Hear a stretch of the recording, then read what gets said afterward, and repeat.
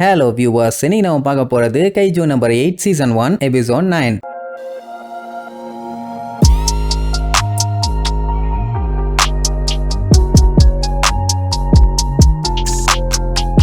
Open பண்ணா night நேரம் நம்ம வைஸ் கேப்டன் கைஜூ நம்பர் 8 பத்தி ஆன்லைன்ல பயங்கர டீப்பா ரிசர்ச் பண்ணி படிச்சுட்டு இருக்காரு. அது சண்டை போட்ட விதம், அட்டாக் பண்ணது எல்லாத்தையும் வச்சு பார்க்கும்போது ஒரு மனுஷன் கூட சண்டை போட்ட ஃபீல்.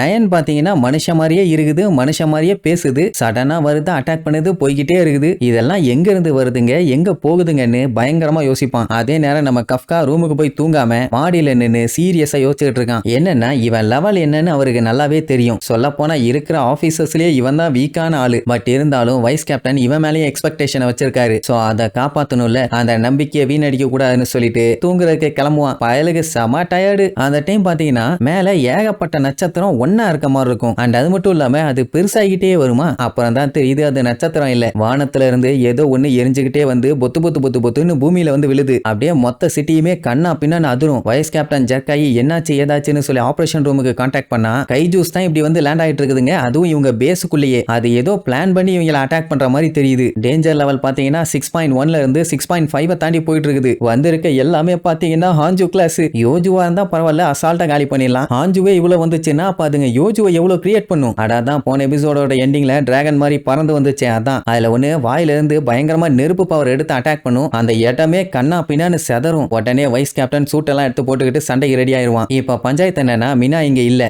அவதான் ஹெட் குவார்டர்ஸ்க்காக கான்ஃபரன்ஸுக்கு போயிருக்காளே. அதனால இப்ப வைஸ் கேப்டன் தான் இன்சார்ஜ். நைட் வாட்சுக்கு போயிருக்க ஆபீசர்ஸ், ஆஃப் டியூட்டில இருக்கவங்க, ரெஸ்ட் எடுத்துட்டு இருக்கவங்க எல்லாத்தையுமே சண்டைக்கு தயாராக சொல்லுவான். எல்லாருமே இப்ப ட்ரைனிங் ஏரியாவுக்கு வரணும். இது எப்படி சொல்லிட்டு இருக்கும் போதே அங்க நம்ம ஆளுங்க எல்லாருமே சூட்டை போட்டுட்டு ரெடி ஆயிருவாங்க. ஒண்ணு மட்டும் கன்ஃபார்மா சொல்லுவான், என்ன ஆனாலும் சரி அதுங்க எதுவுமே உயிரோட போக கூடாது, எல்லாருமே களத்துல இறங்குங்கன்னு வெறியோட வருவான். அப்பந்தான் அவனுக்கு இன்னொரு மேட்டர் ஸ்ட்ரைக் ஆகும். என்னன்னா இதுங்க பேஸுக்கு வெளியில எங்கேயும் அட்டாக் பண்ணாதான் இன்ன வரைக்கும் ரிப்போர்ட் வரல, பேஸுக்குள்ள தான் தாக்கிட்டு இருக்குதுங்க. அப்படின்னா அதுங்களோட டார்கெட்டே பேஸ் தான். கஃப்கா மாடியில் தானே இருந்தான். அவன் அப்படியே சுத்தி பார்ப்பான். மொத்த பேஸுமே கப கப கப கபன்னு தீ பிடிச்சு சும்மா கொழுந்து விட்டு எரியுது. அதுக்கப்புறம் தான் அவன் நோட் பண்ணுவான், வந்திருக்கிறதெல்லாம் வைவன் டைப் கைஜூஸ். அதுங்க சாதாரண கைஜூஸ் இல்ல, ரொம்ப ரொம்ப டேஞ்சர். அண்ட் அவனுக்கு இன்னொரு விஷயம் அப்பதான் ஸ்ட்ரைக் ஆகும். உடனே நம்ம வைஸ் கேப்டனுக்கு கான்டாக்ட் பண்ண ட்ரை பண்ணுவான். அதே நேரம் இங்க வைஸ் கேப்டன் எல்லாத்தையுமே கூப்பிட்டு வச்சு அந்த கைஜூஸ் எல்லாத்தையுமே சென்டர் ஆஃப் த பேஸுக்கு கொண்டு வர சொல்லுவான். அப்பதான் நடுவுல வச்சு சுட்டு கொல்லலான்னு. ரைட்டுன்னு அவங்க கிளம்பின உடனே இங்க கஃப்கா கான்டாக்ட் பண்ணி ஏதோ சரியில்லாமா, ஏன்டா கைஜூஸ் எல்லாம் வரது நார்மல் தானேன்னு சொன்னா அதெல்லாம் இல்ல,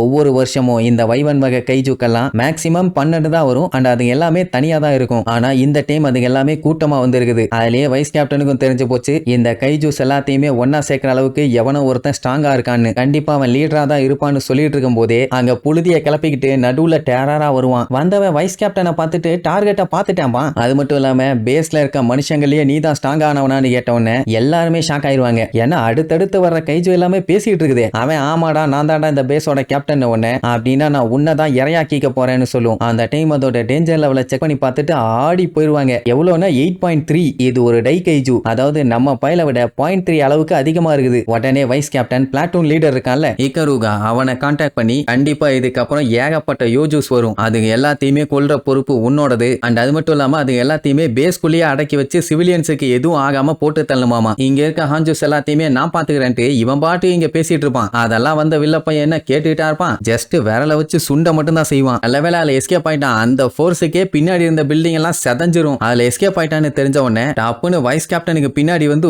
ஓங்கி ஒரு குத்து. அந்த இடத்துல ஒரு பெரிய பள்ளத்தாக்கே ஆகி பில்டிங்ஸோட கண்ணாடிஸ் எல்லாம் அப்படியே சில்லு சில்லா செதறும். அதுவும் எப்படி டாப் ஃப்ளோர்ல இருக்க கண்ணாடி. ஆனா தலைவன் சிக்கலையே எஸ்கேப் ஆயிட்டான். பின்னாடி இருந்துட்டு இவனை நான் தான் சமாளிச்சாகணும், நீங்க எல்லாம் மத்த பாத்துங்கன்னு சொல்லி முடிச்சிட்டான். பரவாயில்ல நல்லா வேகமா தான் இருக்கான். ஆனா நான் எதிர்பார்த்த டைம் வந்துருச்சுன்னு சொல்லிட்டு கொஞ்சம் ஓபன் பண்ணி மேல பார்த்து பேன்னு ஒரு கத்து கத்துவான். இவன் கத்துறத பார்த்துட்டு மத்த ஹாஞ்சோஸ் எல்லாமே மேல பார்த்து கத்த ஆரம்பிச்சிருங்க. இவன் கத்துன உடனே அதுங்களும் ரியாக்ட் பண்ணுதுன்னு இவன் இன்ஃபார்ம் பண்ணிட்டு இருக்கான். அந்த செகண்டே மறுபடியும் வந்து அட்டாக் பண்ணுவான். Just miss. அவன் அடி ஒன்னொன்னு இடியை விட மோசமா இருக்குது. ஒரு அடி மட்டும் வாங்கினானா போதும், அதோட நம்ம தலைவனோட கதை சம்போ சிவ சம்போ தான். அதனால போக்கஸ் பண்ணி பயங்கரமா சண்டை போடுவான். அவனோட கத்தியை வச்சு கண்ணா பின்னா அட்டாக் பண்ணுவானா, ஒரு சின்ன கீரல் கூட விழல. கைஜு நம்பர் 8ஓட ஸ்கின்னை விட இதோட ஸ்கின் பயங்கர ஸ்ட்ராங்கா இருக்குது. மொத்தத்துல வைஸ் கேப்டனே அங்க படாத பாடுபட்டு இருக்கான். அதே நேரம் இங்க மத்தவங்க எல்லாம் அந்த ஹாஞ்சிஸ் எல்லாத்தையுமே பயங்கரமா சுடுவாங்க. ஆனா அதுக்கு பாடியில ஒரு சின்ன கீரல் கூட விழல. நெருப்பு வச்செல்லாம் கண்டமேனிக்கு அட்டாக் பண்ணும். அப்பதான் கஃப்கா கான்டாக்ட் பண்ணி அதை டைரக்டா அட்டாக் பண்ணாம அதோட முதுக பார்த்து அட்டாக் பண்ணுங்க. ஏன்னா 03ல ரிப்போர்ட் பண்ண அதே கைஜு வகைகள் தான் இதுவும். நீங்க அப்படி அட்டாக் பண்ணாதான் அதுங்களை கொல்ல முடியும்னு உடனே இங்க ரெனோக்கு சந்தோஷம். ஏன்னா ரொம்ப நேரமா அவன் ஆளை காணும்னு உடனே பயந்துட்டான். சாரிப்பா, நான் வைஸ் கேப்டன் பேசிட்டு இருந்தேன். அண்ட் அதை இப்படி தாக்குங்க அப்படி தாக்குங்க மொத்தத்துல முதுக தாக்குங்கட்டான். அங்கதான் கோர் இருக்குமாமா. சூப்பரான்னு சொல்லிட்டு அந்த இக்கருகா அதோட முதுக அட்டாக் பண்றதுக்காக வெறி கொண்டு போவான். உடனே இவங்க எல்லாம் என்ன பண்ணிட்டாங்க, ஒருத்தர் முன்னாடி ஒருத்தர் பின்னாடின்னு ரவுண்டு கட்டி அதை காலி பண்ணலாம்னு முடிவு பண்ணி ஆளாளுக்கு ஒரு டைரக்ஷன்ல போவாங்க. ஃப்ரண்ட் சைடு அட்டாக் பண்ணா ஒன்னும் ஆகாது, பட் டைவர்ட் பண்ணும்ல. எல்லாரும் பேக் சைட்ல போனா திரும்பிராது. அதனால இசுமோ ஆவோய் இவனுக்கு ரெண்டு பேரும் ஒரு ஹாஞ்சியை கொல்றதுக்காக போராடிட்டு இருப்பானுங்க. சரின்ட்டு ஆவோய் முன்னாடி அட்டாக் பண்ணிட்டு இருப்பான். இசுமோ பின்னாடி போய் அட்டாக் பண்ணலான்ட்டு போனா அந்த டைம் இன்னொரு கைஜு வந்து அவனை அட்டாக் பண்ணும். அதாவது இவங்க எப்படி டீமா சேர்ந்து வேலையை பாக்குறானுங்க, அதே மாதிரி அதுகளும் டீம் சேர்ந்து அட்டாக் பண்ணுதுங்க. இது புதுசாலாம் இருக்குது. இந்த விஷயம் இவனுக்கு மட்டும் இல்ல, அங்க இருக்க அத்தனை பேருமே இதே கம்ப்ளைண்ட் தான் சொல்லுவாங்க. கஃப்கா கேட்டுட்டு ஆடி போயிருவான். ஏன்னா இதுக்கெல்லாம் வாய்ப்பே இல்ல. இப்ப ரெண்டு கைஜுவும் ஒண்ணுக்கு பின்னாடி ஒண்ணு நின்னுட்டு இருக்குதுங்க. என்ன பண்றதுன்னு தெரியாம மண்டைய பிச்சுட்டு இருக்கும் போது ஷினோமியா ஒரு வழி இருக்குதும்பா. என்னன்னு கேட்டுட்டு இருக்கும் போதே சும்மா மின்னல் வேகத்துல வந்து ஒரு பெரிய ஆக்ஸ வச்சு அதோட நெஞ்சிலேயே ஒரே போடு அப்படியே பேனு விழும். இதுதான் அவ திட்டமாமா. டைரக்டா போய் அட்டாக் பண்ணி காலி பண்றது, எல்லாத்தையும் கொடூரமா இறங்கி சம்பவம் செய்யறது. சரி, அப்படியே கட் பண்ணி அவ வச்சிருக்காளே ஆக்ஸ், அதை வச்சு ஒரு சின்ன பிளாஷ்பேக் அச்சிகாவா பேஸுக்கு அண்டர் கிரவுண்ட்ல இருக்க வெப்பன் ஸ்டோரேஜ் ரூமை காட்டுறாங்க. அங்க கேப்டனும் வைஸ் கேப்டனும் அவளை கூப்பிட்டு போய் அந்த ஆக்ஸ் வெப்பனை அவளுக்கு கொடுத்துருப்பாங்க. ஆக்சுவலா கேப்டன் ஆனாதான் தருவாங்க. ஆனா ஷினோமியாவோட கெப்பாசிட்டிக்கும் அவ பவருக்கும் இது அவளுக்கு கொடுத்தா தப்பு இல்லைன்னு அவங்களுக்கு தோணும். அது எதுக்கு வேஸ்டா இங்க வச்சுக்கிட்டு அவ கொடுத்தா வச்சு பெஸ்டா பெர்ஃபார்ம் பண்ணுவாள்ல. அண்ட் இன்னொரு பஞ்சாயத்து என்னன்னா, இந்த வருஷம் வர கைஜூஸோட எண்ணிக்கையும் அதோட பலமும் பயங்கரமா இருக்குது. இங்க இவங்க பேஸ்லயே மூணாவது பவர்ஃபுல்லான ஆளு இவ தான். அதனாலேயே அவளை மெயின் ஃபோர்ஸ்ல சேர்த்தி இந்த ஆயுதத்தை அவளுக்கு கொடுப்பாங்க. அண்ட் அது மட்டும் இல்லாம கேப்டன், வைஸ் கேப்டன், அடுத்து மூணாவது இருக்கிற பவர்ஃபுல்லான ஆபீசர் இவ தான்.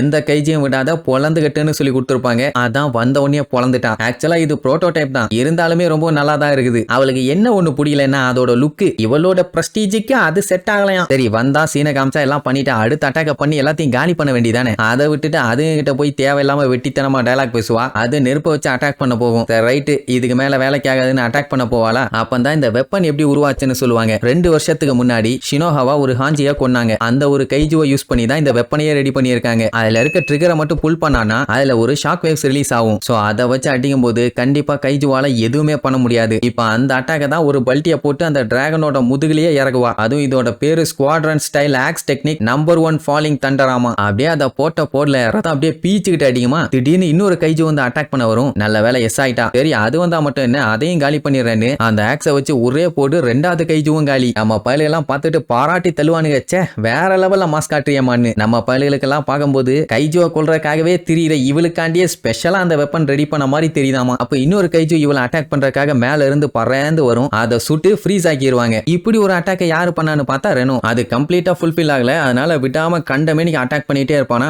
அதை பார்த்துட்டு ஷினோமியாவே அசந்து போயிட்டான். பரவாயில்லையே, இவ்வளவு பவர்ஃபுல்லான கைஜுக்கு எதிரா இவ்வளவு ஸ்ட்ராங்கா சண்டை போறானேன்னு அவன் முடிஞ்ச அளவுக்கு சுட்டு அதை ஃப்ரீஸ் பண்ணிட்டு இருப்பான். இவ பாஞ்சு போய் ஒரே போடா போட்டு அதை அங்கேயே காலி பண்ணிடுவா. இப்படியே அட்டாக் பண்ணிட்டு இருந்தாங்கன்னா டெஃபினட்டா எல்லாம் காலி. அதனால ஷினோமியாவும் ரெனோவும் இப்ப டீம் சேர்ந்துக்குவாங்க. இப்படி இவங்க அடுத்தடுத்து காலி பண்ணிட்டு போறத மத்தவங்க எல்லாம் பார்த்துட்டு என்னடா இது அசால்ட்டா போட்டு தள்ளிட்டு போறாங்க, இதெல்லாம் பார்த்துட்டு நம்ம என்ன பூ பறிக்கிறதா, நம்மளும் அவங்களுக்கு மேல தாக்கணும்னு அவையும் இசுமாவும் இப்ப டீம் சேர்ந்து தாக்க போறானுங்க. ஆல்ரெடி டீமா தான் இருந்தானுங்க, ஆனா ஒரு கோஆர்டினேஷன் இல்ல. ஆனா இப்ப 2 பேருமே பிளான் பண்ணி அடிக்க போறானுங்க. சரி, இப்ப ஷினோமியாவும் மத்தவங்களும் வேலையை பெர்ஃபெக்ட்டா பாத்துக்கிட்டு இருக்காங்க. ஆனா வைஸ் கேப்டனால தான் எதுவும் பண்ண முடியல. ஏன்னா அவன் பயங்கர ஸ்ட்ராங்கா இருக்கான். அவன் என்னதான் அடிக்க ட்ரை பண்ணாலும் அதை ஒண்ணும் பண்ண முடியல. அதனாலேயே முடிஞ்ச அளவுக்கு அதுல இருந்து எஸ்கேப் ஆகி தான் ஓடிட்டு இருப்பான். கண்ட்ரோல் ரூம்ல இருக்கவங்க எல்லாம் இவ்வளவு ஸ்ட்ராங்கானு வாயை பொளந்துருவாங்க. அண்ட் அது சண்டைய ஒண்ணு வெறித்தனமா போடணும், இல்லன்னா கண்ணா பின்னான்னு போடணும். ஆனா அது என்ஜாய் பண்ணி கூலா சண்டை போட்டுட்டு இருக்குது. சாதாரணமா கைஜூஸ் எல்லாம் இப்படி என்ஜாய் பண்ணி எல்லாம் சண்டை போடவே போடாது. இது மட்டும் எப்படி இப்படி இருக்குதுன்னு ஒரே ஆச்சரியம். அப்புறம் கேட் 8 எல்லாம் ஓபன் பண்ணிட்டு உள்ள போயிருவான்னு வைங்க. அதான் அந்த பிராக்டிஸ் எடுத்தாங்களே அந்த ஏரியா, அது கேட்ல வந்து நின்னதுக்கே அந்த கேட் சப்பி போச்சு. உடனே வைஸ் கேப்டன், டாய்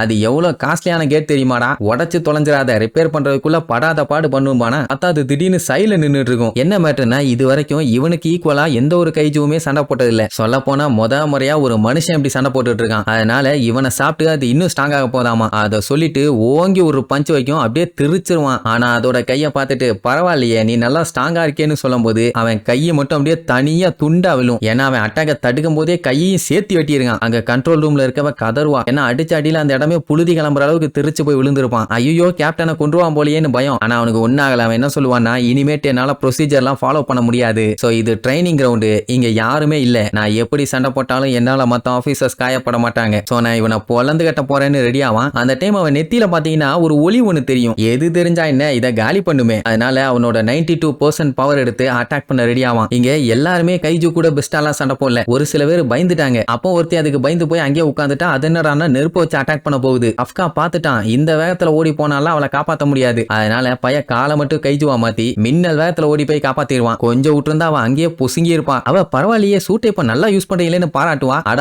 ஆமாமா நல்லாவே யூஸ் பண்ணுவேன்னு இவட்ட பேசிட்டு இருக்கும்போது அது மறுபடியும் ஃபயரை வச்சு அட்டாக் பண்ண போகும். ஐயோ இப்ப என்ன பண்றதுன்னு யோசிச்சுட்டு இருக்கும்போது சினோமியா வந்து வாயிலேயே ஒரு போர்டு ரெனோவும் அங்க ஸ்பாட்டுக்கு வந்துருவான். இப்ப அவங்க ரெண்டு பேரும் சேர்ந்து அதை காலி பண்ண போறாங்களாமா. அதனால இங்க இருக்க மத்தவங்க எல்லாத்தையுமே கூப்பிட்டு போக சொல்லிடுவா. நேக்கு ஒண்ணு புரியல, எல்லாருமே சண்டை போட தான் வந்திருக்காங்க. இவங்க ஒண்ணு சிவிலியன் செல்லியை காப்பாத்தி கூப்பிட்டு போக, அப்புறம் எதுக்கு காப்பாத்தி அங்க கூட்டு போ இங்க கூட்டு போன்னு சொல்லிட்டு இருக்கா. வாயிலேயே மிதிக்கணும். அப்போ ரெனோ இன்டைரக்டா சொல்லுவான், நீங்க அவசரப்பட்டு எந்த ஒரு ரிஸ்க்கும் எடுத்துறாதீங்க. இப்ப நீங்களும் ஒரு ஃபுல்ஃபில்டான ஆபீசர் அண்ட் இங்க ஏகப்பட்ட ஆபீசர்ஸ் இருக்காங்க. அவங்க மேல எல்லாம் நம்பிக்கை வைங்க. கண்டிப்பா அவங்க இந்த பஞ்சாயத்தை சரி பண்ணுவாங்க. என்ன அவனும் சரி ஓகே நீருவான். அதுக்கப்புறம் அங்க எல்லாம் டீமா சேர்ந்து மாத்தி மாத்தி பயங்கரமா சண்டை போறத பார்த்துட்டு இவங்க ரெண்டு பேரும் ஆடி போயிருவாங்க, அசந்து போயிருவாங்க. அப்பந்தாங்க நல்ல வேலை நக்கனோஷிமாவோட டீம் வந்து சேர்ந்துருவாங்க. எவ்வளவு நேரம் அவங்க ஒரு சைடு அட்டாக் பண்ணிட்டு இருக்கும் போதே எபினாவோட டீம் அங்க வந்துருவாங்க. அவங்க எல்லாருமே ஆக்சுவலா ஆஃப் டியூட்டில இருந்த ஆபீசர்ஸுங்க. கைஜூஸ் இருக்காங்கன்னு சொல்லி வர சொன்ன உடனே வந்து பொழந்து கட்டிட்டு இருக்காங்க. இப்படி அடுத்தடுத்து ஒவ்வொரு டீமும் எல்லா கைஜூஸையுமே வச்சு செஞ்சு அந்த ஏரியாவை ஓரளவுக்கு செக்யூர் பண்ணிட்டாங்க. நம்ம கஃப்காக்கெல்லாம் செம ஹாப்பி. ஏன்னா கேப்டன் இல்ல,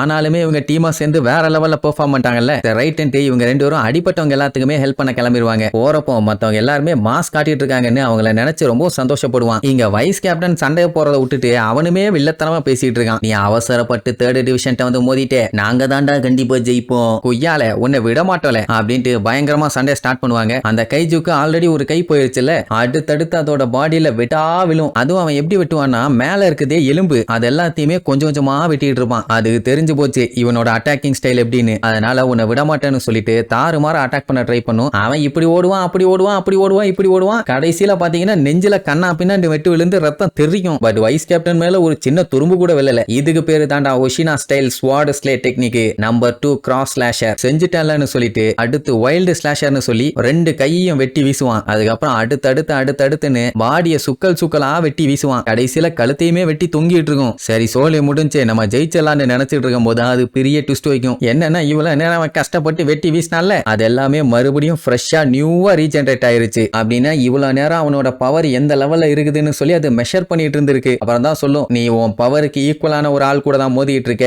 இப்ப நீ என்னோட எதிரி எதிரி எதிரி எதிரின்னு. அப்பவுமே நம்ம வைஸ் கேப்டன் முயற்சியை விடல, மறுபடியும் கண்ணா பின்னான்னு வெட்டி வீசுவான். அந்த டைமுங்கும் போது அதோட கோர் எங்க இருக்குன்னு பாத்துருவான். ஆனா அவன் நினைச்சதை விட அது ரொம்ப ரொம்ப சின்னதா இருக்குது. சோ பாஞ்சு அட்டாக் பண்ண வருவானா, அதுவும் ரிட்டர்ன் அட்டாக் பண்ணும். ஆனா அதோட அட்டாக்ல எல்லாம் எப்போ எஸ்கேப் ஆகி கண்ணா பின்னான்னு வெட்டி வீசிடுவான். மறுபடியும் அதோட பாடி சில்லா செதறி கண்ணா பின்னான்னு தெரியும். உடனே கண்ட்ரோல் ரூம்ல இருக்கவங்க எல்லாம் சூப்பர் மாசு வேற லெவல் பண்ணிட்டீங்கன்னு அவனை பாராட்டி தள்ளுவாங்க. ஆனா அந்த டைம் திடீர்னு டீட்னு ஏதோ ஒரு சவுண்ட் என்னடான்னு பார்த்துட்டு எல்லாம் மிரண்டுருவாங்க. ஏன் வைஸ் கேப்டனே மிரண்டுட்டான். அதே நேரம் நம்ம கஃப்காக்கு ஏதோ சரியில்லைன்னு தோணுது. நான் இப்ப அவன் நார்மலா இருக்கான்ல, கைஜுவா இருந்தான்னா என்ன ஏதுன்னு தெரியும். அவனுமே ஏதோ சரியில்லையேன்னு பதறிட்டு இருப்பான். அதுக்கப்புறம் தான் காட்டுறாங்க நம்ம பையன் பீஸா வெட்டினானே அவன் அப்படியே முட்டையா பெரிய சைஸுக்கு வளர்ந்து படு பயங்கரமா மாறிட்டான். ஒருவேளை இவன் அட்டாக் பண்ணும்போது கோரோட பொசிஷன் ஷிஃப்ட் ஆயிருக்குமோன்னு ஒரு டவுட். அதனால தான் முழுசா அழிக்க முடியான்னு யோசிச்சுட்டு இருக்கும் போதே அது திடீர்னு பெரிய சைஸ்ல வாயை ஓபன் பண்ணி அல்ட்ரா ஹை டெம்பரேச்சர்ல ஸ்டீமை உருவாக்கி ஊதிட்டு இருக்கும். நல்ல வேளை அதை ட்ரைனிங் லெவலுக்கு கொண்டு வந்தோன்னு சந்தோஷப்படுவான். ஊருக்குள்ள இருந்திருந்தா அவ்வளவுதான். என்ன இங்க கண்ட்ரோல் ரூம்ல அந்த கண்ணாடி போட்டவா ஆடி போயிட்டா. ஏன்னா டெம்பரேச்சரோட சேர்த்து அதோட டேஞ்சர் லெவலும் அதிகமாகிட்டே போகுது. அதுவும் அதை பார்த்துட்டு இதுக்கு வாய்ப்பே இல்ல,